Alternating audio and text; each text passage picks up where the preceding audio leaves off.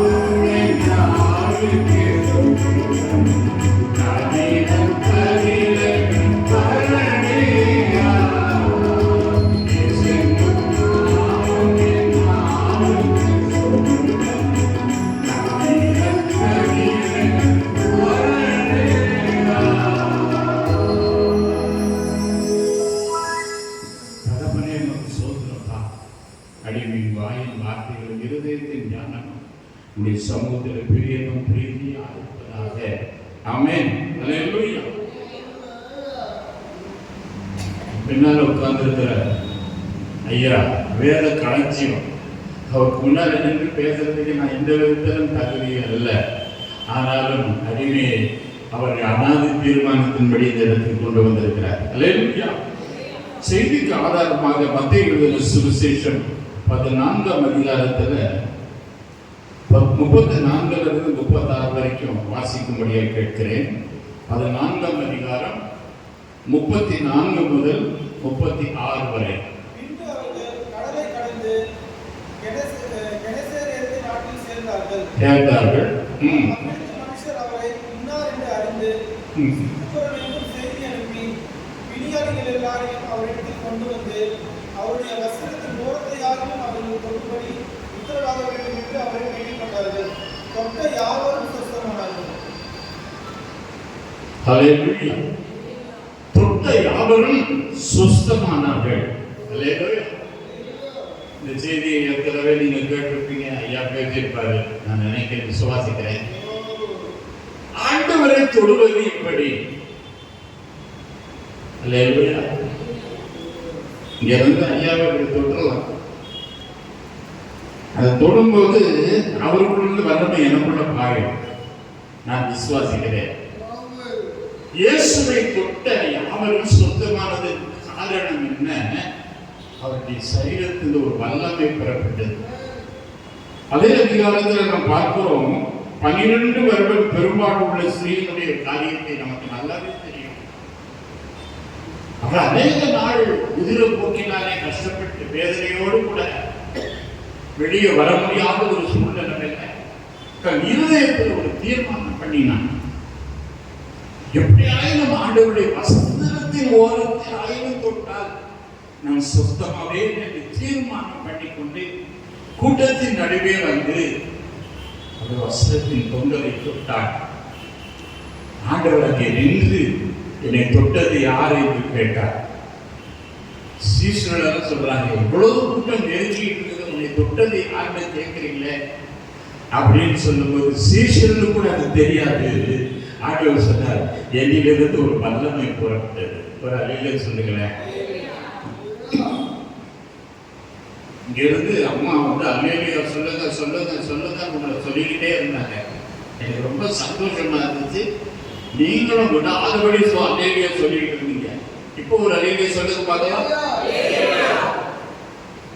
சத்தம் போடாது. பின்னால சத்தம் போடுறாங்க பாருங்க. அல்லேலூயா சொன்னா அது தேவனுக்கு மகிமை உண்டாவதாக இந்த அர்த்தம்.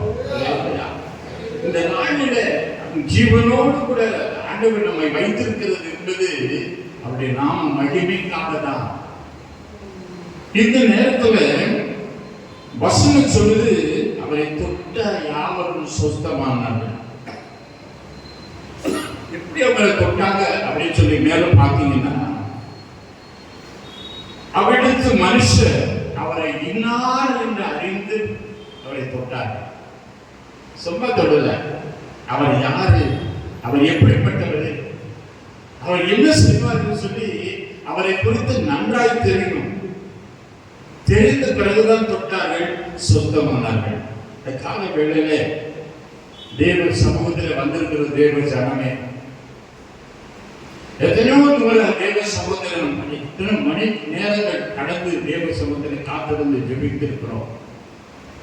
நம்முடைய வாழ்க்கையில நம்ம எதிர்பார்த்த நன்மை உண்டாயிருக்குதா, விடுதலை பெற்றிருக்கிறோமா அப்படின்னு சொல்லி அநேகருடைய உள்ளத்துல கேள்வி உண்டு. ஏன் வரவில்லை அப்படின்னு சொன்னா, அவரை இன்னார் என்பதை நீ அறிந்து கொள்வாயானால், அவர் எப்படிப்பட்டவர், 12 வருடம் பெரும்பாடுள்ள ஸ்திரீயுடைய சரீரத்தில் ஒரு வல்லமை புறப்பட பண்ணினவர் என்பதை உன் உள்ளத்தில் நீ உணர்வாயானால் அவரை தொட்ட உடனே சுத்தமாகும். இருதயத்தில் தீர்மானம் பண்ணுகிற காரியம், இயேசு எப்படிப்பட்டவர் என்பதை உன் இருதயத்தில் உணர்ந்து நீ சொல்ல வேண்டும். அவரை தொட வேண்டும். எப்படி தொடங்கணும்னா, வார்த்தையினால் அவரை தொடரும். வார்த்தையினால் அவரை தொட்டுக்கணும். சில நேரங்கள் சில நம்மளே பேசுவோம்ல, பேசுற காரியம் இருதயத்தில் தொற்றுச்சு அப்படின்னு சொல்லியிருக்கோம்ல, சொல்லியிருக்கீங்களா? அப்படி யாராவது அப்படி பேசியிருக்காங்களா? என்ன பேச்சு பேசினாங்க பாஸ்டர், ஒரு வார்த்தை பேசினாலும் பேசினாரு, என் இருதயம் நிறைஞ்சு இருக்குது. எத்தனை பேருக்கு அந்த அனுபவம் இருக்குது? ஊழியக்காரனுடைய வாயிலுக்கு வருகிற வார்த்தை உன் இருதயத்தை தொடணும், உன் ஆத்மாவை தொடணும். நீ அற்புதங்களை பாடணும், அப்பதான் அற்புதம் நடக்கும். இருதயத்தில் விசுவாசித்து வாயினாலே அறிக்கையிடும் போது அற்புதம் நடக்கும். சிம்பிள். ஆண்டவருடைய லாஜிக் ரொம்ப சிம்பிள். ஆண்டவரிடத்திலிருந்து அற்புதம் பெறுவது என்பது ரொம்ப ரொம்ப எளிமையான ஒரு காரியம். வாழ்க்கையில நேரம் இதுவே போயிடுச்சு. இன்ட்ரோடக்ஷன்ல இவ்வளவு நேரம் போயிடுச்சு.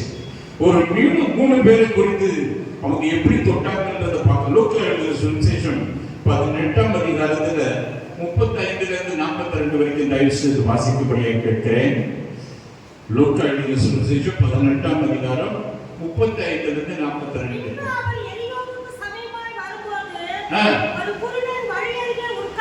ஒரு குருடன் வழி அருகே உட்கார்ந்து பிச்சை கேட்டுக் கொண்டிருந்தான். கேட்டு என்ன என்று விசாரித்தான். அறிந்து தாவீதின் குமாரனே எனக்கு இரங்கும் சொன்னான் பாருங்க. அந்த வார்த்தை தான் ஆண்டவரை தொட்டுச்சு. நடந்தது என்ன? என்ன செய்தார் ஆண்டவர்? நின்று கொண்டு வரும்படி சொன்னார். அவர் கிட்ட வந்தபோது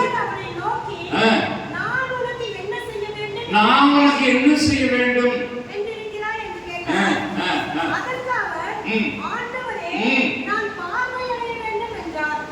ஆண்டவருக்கு தெரியாத அவன் குருடனா இருக்கிறான்னு தெரியுமா? தெரியாதா? நல்லாவே தெரியும். குருடன் நல்லாவே தெரியும். ஆனா அந்த குருடன் என்ன எதிர்பார்க்கிறாங்கிறத ஆண்டவர் பார்க்கிறார்.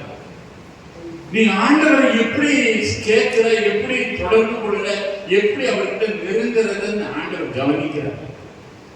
அந்த குருடன் என்ன செய்தான்? ஆண்டவர் போகிறார் என்பதை அறிந்து அவன் உடனே சொல்றான். குருடன் தான், அவனுக்கு யாரும் சொல்லி விட்டாங்க தெரியல. அவன் கேள்விப்பட்டதை வச்சு சொல்றான், தாவீதின் குமாரனே எனக்கு இறங்கும். அவன் இப்படி கேட்டுக்கலாம், ஏசப்பா என் கண்ணை தரங்க அப்படின்னு டைரக்டா கேட்டிருக்கான். ஆனா அவன் கேட்டது என்ன எப்படி தெரியுமா? தாவீதின் குமாரனே எனக்கு இறங்குப்பா, என் இறங்குப்பா. என் பிரச்சனை எப்படி இருக்குது, என் கடன் தொல்லை எப்படி இருக்கு, என் வியாதி எப்படி இருக்குது, என் குடும்பத்தின் சூழ்நிலை எப்படி இருக்குது. அல்லேலூயா. இதுதான் ஆண்டவரை தொடுகிற ஒரு இடம். ஃபர்ஸ்ட் ஆண்டவரை தொட்ட பிறகு குருடனுடைய காரியத்தில் பார்க்கணும். வாசிங்க அதுல இயேசு அவனை நோக்கி அவ்வளவுதானே, உன் விசுவாசம் உன்னை ரட்சித்தது என்றார். அவன் உடனே பார்வையடைந்து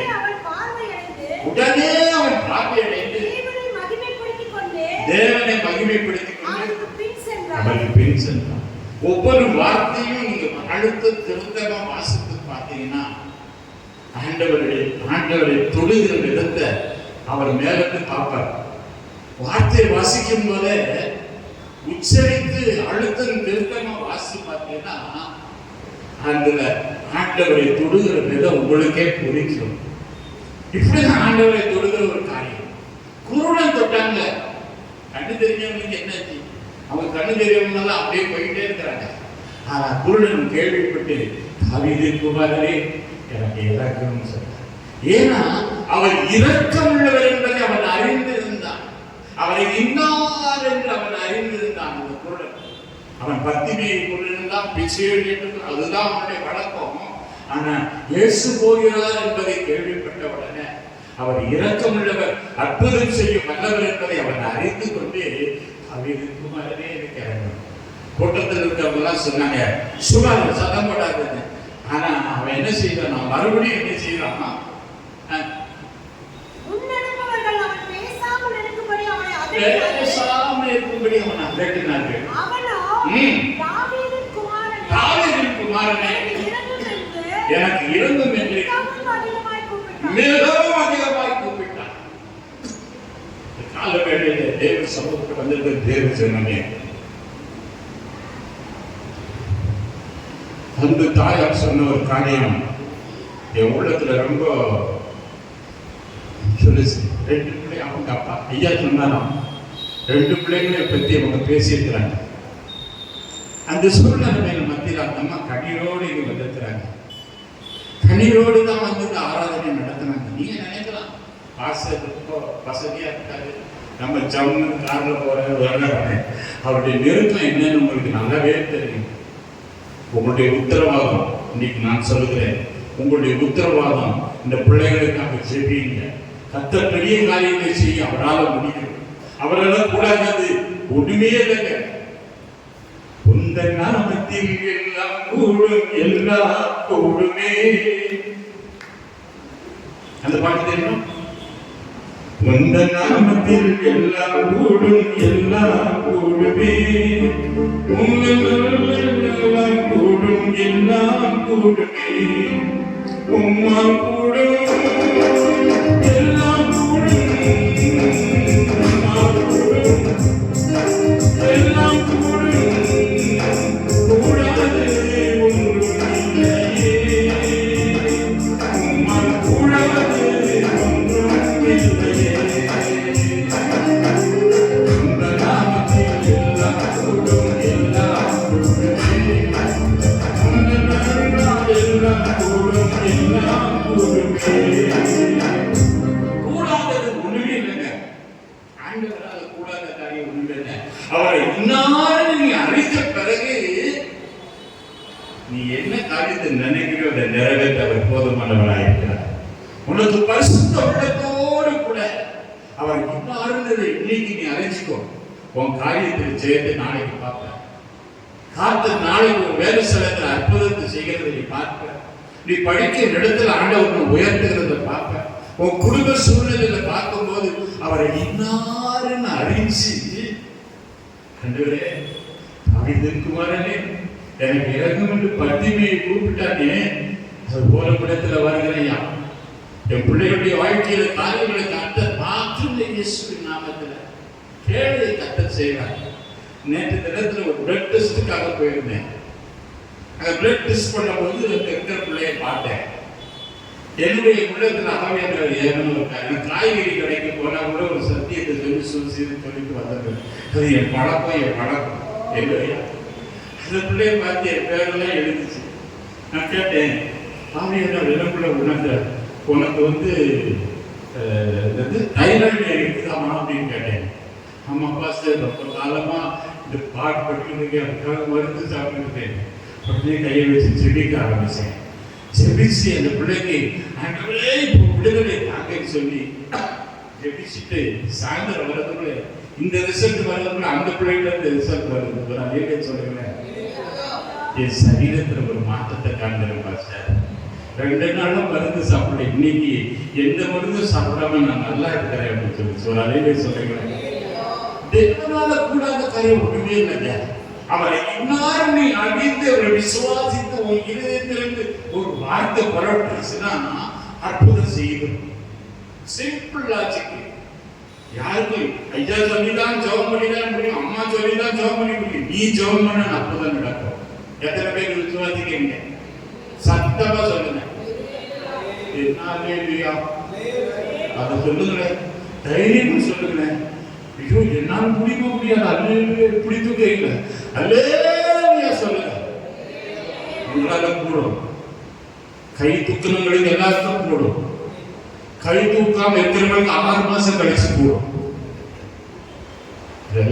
இல்லைங்க, நீ அவனை எல்லாருக்கும் விசுவாசி. இன்னைக்கு விசுவாசித்தா, இந்த நிமிஷத்துல விசுவாசித்தா, நீ என்ன சொல்றியா அப்படியே நடக்கும். கூடாதது ஒன்றும் இல்லையே, உம்மா கூடாதது ஒன்றும் இல்லையே. இந்த பாட்டை ஏன் பாட்டெல்லாம் எழுதுறாங்க தெரியுமா? அந்த வசனத்தை வச்சு எழுதுறாங்க. பரிசுத்தவான்கள் எழுதுகிற அந்த பாடல்ல வார்த்தையில வல்லமை இருக்குதுங்க. அந்த வார்த்தையை நீ உச்சரித்து விசுவாசத்தோட நீ உச்சரிக்கும் போது, அவனை இன்னாரும் நீ விசுவாசித்து உச்சரிக்கும் போது, நீ எதெல்லாம் கூடாதுன்னு நினைக்கிற அது கூடும். ஒரு அலையில் சொல்லுமா. 2வது அது மத்திய சுவிசேஷம் 8ஆம் அதிகாரத்துல 5 முதல் 13 வசனத்தை வாசிங்க. அங்க மத்திய சுவிசேஷம் 8ஆம் அதிகாரம். இயேசு கப்பர்நகூமில் பிரவேசித்தபோது நூற்றுக்கதிபதி ஒருவன் அவரிடத்தில் வந்து, ஆண்டவரே, வேலைக்காரன் வீட்டிலே திமிர்வாதமாய் கிடந்து கொடிய வேதனைப்படுகிறான் என்று அவனை வேண்டிக் கொண்டார். அதற்கு இயேசு, நான் வந்து அவனை சொஸ்தமாக்குவேன் என்றார். நூற்றுக்கதிபதி பிரதியுத்தரமாக, ஆண்டவரே, நீர் என் வீட்டுக்குள் பிரவேசிக்க நான் பாத்திரனே அல்ல. ஒரே ஒரு வார்த்தை சொல்லுங்க. அப்பொழுது என் வேலைக்காரன் சொஸ்தமாவான். வேலைக்காரன் இதுதாங்க நூற்றுக்கதிபதியுடைய விசுவாசம். ரெக்கமெண்ட் பண்றவருக்கு இருக்கிற விசுவாசத்தை கர்த்தர் பார்த்தாரு. பிரச்சனையோடு இருக்கிறவருடைய அற்புதத்தை இயேசு உணர்ந்தாரு. அவர் இன்னார் என்பதை அந்த நூற்றுக்கதிபதி அறிந்தபடியினால தன் வேலைக்காரன் படுகிற கஷ்டத்தை பார்க்கவே சகிக்கல. ஐயாவை பார்த்துட்டு பிள்ளைங்களை பார்த்துட்டு நான் போகும்போது ஜோனகிட்ட கேட்டேன், எப்படியா இந்த ஊழியம், எப்படியா செய்யறாங்க, எப்படி இந்த வேதனையோட இவங்க எப்படி சொல்றாங்க, எப்படி பாடுறாங்க, எப்படி துதிக்கிறாங்க, எப்படி சிரிக்கிறாங்க, எனக்கு திருநீங்கவே முடியலன்னு சொன்னேன். நூற்றுக்கதிபதி ஆண்டவர் வேலைக்காரனுக்காக வாதாடினது போல நீங்க வாதாட ஒரு நேரம் வந்துருச்சுங்க. அவங்க தானே சௌமணி அவங்களுக்கு சரி பண்ணிக்குவாங்க, நமக்கு ஒன்றும் இல்லை. உத்தரவாதத்தை ஆண்டவர் உன் கையில கொடுத்துருக்கிறார். உத்தரவாதம் உன் கையில இருக்குது. இந்த பிள்ளைகள் 2 பேரும் இழுத்து நடந்துட்டாங்கன்னு சொல்லிட்டீங்கன்னா இந்த சபையினுடைய காரியம் பரலோக வரைக்கும் இட்டோம். இந்த தேசம் அறியும். அற்புதங்களை செய்ய அவர் உண்மையுள்ளவர். அவர் வாக்குத்தத்தம் செய்தவர், வாக்கு மாறாதவர். அதை நோக்கி சொன்னார், நீங்க வீட்டுக்கு வர்றதுக்கு நான் தகுதி இல்லை, ஐ அம் அன்ஃபிட். ஒரு வார்த்தை மாத்திரம் சொல்லுங்க. அது நூற்றுக்கதிபதிக்கு எவ்வளவு விசுவாசம் பாருங்க. ஒரே ஒரு வார்த்தை சொல்லுங்க, ஒன் வேர்ட். என்ன சொன்னாரு? ஒரு வார்த்தை மாத்திரம் சொல்லு, அப்பொழுது என் வேலைக்காரன் சொஸ்தமாவான். நான் அதிகாரத்துக்கு கீழ்ப்பட்டவனாய் இருந்தேன். அதெல்லாம் விட்டுருங்க, அதுக்கு கீழே வாங்க. நேரம் அதிலே போயிடுச்சு. இன்னும் 2 நிமிஷம் தான் இருக்குது. அந்நேரமே அப்படின்னு ஒண்ணு இருக்கா? அது அடுத்தது நான் அதிகாரத்துக்கு கீழ்ப்பட்டவனாய் இருந்தோம். நான் அதிகாரத்துக்கு கீழ்ப்பட்டவனாய் இருந்தோம். எனக்கு கீழ்ப்பட்டிருக்கிற சேவகரும் உண்டு. நான் ஒருவனை போவென்றால் போகிறான், மற்றொருவனை வா என்றால் வருகிறான், என் வேலைக்காரனை இதை செய்யென்றால் செய்கிறான் என்றான். இயேசு இதை கேட்டு ஆச்சரியப்பட்டார். நமக்கு பின் செல்கிறவர்களை நோக்கி, இஸ்ரவேலர் கூட இப்படிப்பட்ட விசுவாசத்தை நான் கண்டதில்லை. மெய்யாகவே உங்களுக்கு சொல்லுகிறேன், அவர் அநேகர் கிடைக்கிலும் வேட்கையிலிருந்து வந்து பரலோக ராஜ்யத்தில் ஆபிரகாம், ஈசாக்கு, யாக்கோபு என்பவரோடு பந்தி இருப்பார்கள். ராஜ்யத்தின் புத்திரரோ புறம்பாளிலே தள்ளப்படுவார்கள். அந்த நூற்றுக்கதிபதிக்கு ஆண்டவர் சொன்னபடியே பின்பு இயேசு நூற்றுக்கதிபதியை நோக்கி 13ஆம் வசனம், நீ விசுவாசித்தபடியே உனக்கு ஆகப்படுவது என்றார். அந்த நாளிலே அவர் வேலைக்காரன் சுஸ்தமானார்.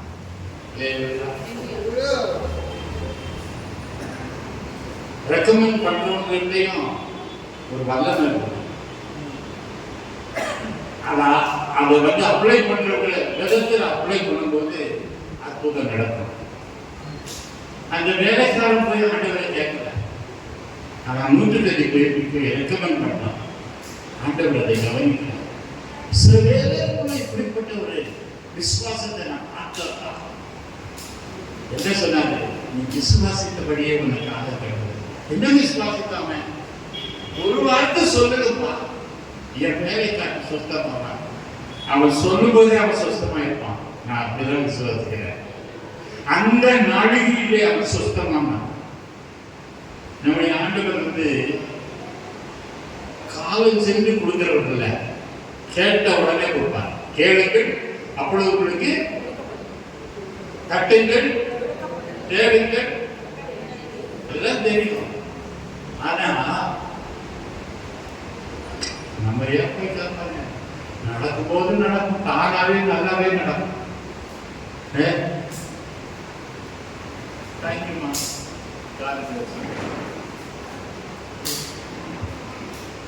எலும்புகள் உருவாகல, நரம்புகள் உருவாகல, தசையும் உருவாகல, தரிசனம் உருவாகலே. தாய் வயிற்றிலே தரிசனம் உருவாகலே. எப்படி பாவத்தை சொல்லுவேன், சொல்ல வந்தேன். நீங்க போதையும்